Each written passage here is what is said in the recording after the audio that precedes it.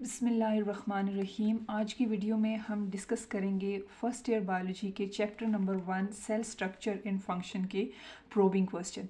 तो उसमें जो पहला क्वेश्चन है वो ये है कि why are plasma membranes arranged as bilayer rather than a monolayer.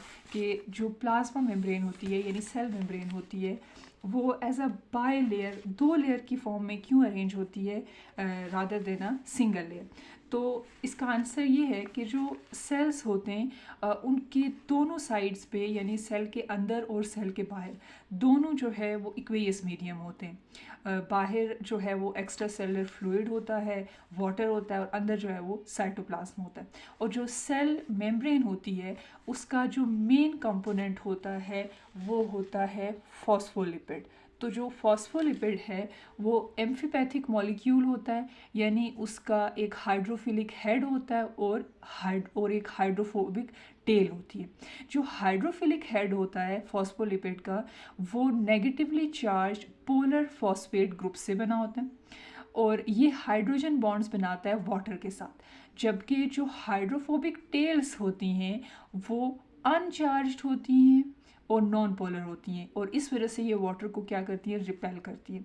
तो दो मेम्ब्रेन की फॉर्म में ये एक स्पॉन्टेनियस अरेंजमेंट होती है फॉस्फोलिपिड की, जिसमें जो हाइड्रोफोबिक टेल्स होती हैं वो एक दूसरे को फेस करती हैं, जबकि उनके अपोजिट साइड पे हाइड्रोफिलिक हेड होते हैं जो इनसाइड तो साइटोप्लाज्म से इंटरेक्ट कर रहे होते हैं और आउटसाइड जो है वो वाटर से इंटरेक्ट करते हैं, जिसकी वजह से एक स्टेबल कॉन्फ़िगरेशन सामने आती है प्लाज्मा मेम्ब्रेन की एज अ बायलेयर। अगर यही जो बायलेयर है वो मोनोलेयर होती तो ये इसकी अरेंजमेंट सिर्फ ये होती। तो इसमें जो हाइड्रोफोबिक हेड है वो तो चलें जिस तरह से बायलेयर के अंदर वो वाटर के साथ इंटरेक्ट कर रहा था वैसे ही होता, लेकिन जो इसकी हाइड्रोफोबिक टेल्स हैं वो साइटोप्लाज्म को रिपेल करती, और जब वो साइटोप्लाज्म को रिपेल करती तो ये प्लाज्मा मेम्ब्रेन के स्ट्रक्चर को अनस्टेबल कर देता, और जिसकी वजह से जो प्लाज्मा मेम्ब्रेन का स्ट्रक्चर है वो डिस्टर्ब हो जाता। तो इस वजह से नेचर ने जो प्लाज्मा मेम्ब्रेन है उसको अरेंज ही एज अ बायलेयर किया है। दूसरा क्वेश्चन है, in which situation would the use of scanning electron microscope be ideal and why. Scanning electron microscope क्यों यूज़ होती है। तो जो स्कैनिंग इलेक्ट्रॉन माइक्रोस्कोपी है वो एक पावरफुल मटेरियल एनालिसिस टेक्निक है जो कि यूनिकली डिज़ाइन की जाती है कैप्चर करने के लिए high resolution image of the sample surface, यानी जितने भी स्ट्रक्चर्स हैं उसकी जो सरफेस होती है उसकी स्टडी में इसका बहुत इंपॉर्टेंट रोल होता है, और इसकी जो हाई रेजोल्यूशन पावर है वो इस चीज़ में आइडियल होती है कि सेल स्ट्रक्चर की जो सरफेस होती है या किसी भी स्ट्रक्चर को जो है वो उसकी सरफेस की जितनी भी जो है वो डायमेंशन है, स्ट्रक्चर की फॉर्मेशन है, उसको ये हाईली डिटेल्ड अंदाज में समझने में हमारी मदद करती है। तीसरा क्वेश्चन है हमारे पास, draw and label the fluid mosaic model of the plasma membrane. तो जो स्ट्रक्चर है प्लाज्मा मेम्ब्रेन का, इसका जो मॉडल है उसको फ्लूइड मोज़ेक मॉडल कहा जाता है, और ये जो फ्लूइड मोज़ेक मॉडल है इसमें जो लिपिड्स होते हैं वो फ्लूइड लाइक बायलेयर जो है वो बनाते हैं, जिसमें जो प्रोटीन्स हैं वो इन लिपिड बायलेयर्स में इम्बेड हुई होती हैं। तो जो लिपिड और प्रोटीन होते हैं दे कैन मूव लेटरली, तो इनकी ये जो मूवमेंट है इसकी वजह से इसका जो पैटर्न है उसको फ्लूइड मोज़ेक मॉडल कहा जाता है, और इसमें ये जो पैटर्न इसका जो लिपिड और प्रोटीन का है वो कॉन्स्टेंटली चेंज होता रहता है।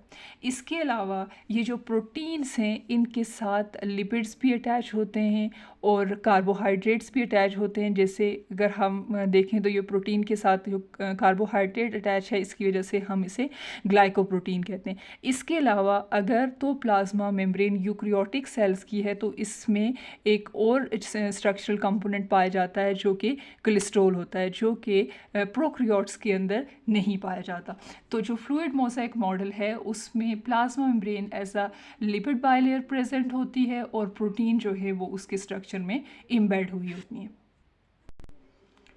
ओके, नेक्स्ट क्वेश्चन है हमारे पास कि जो माइटोकॉन्ड्रिया होता है और जो क्लोरोप्लास्ट होता है उनके स्ट्रक्चर और फंक्शन को आपस में कंपेयर करें।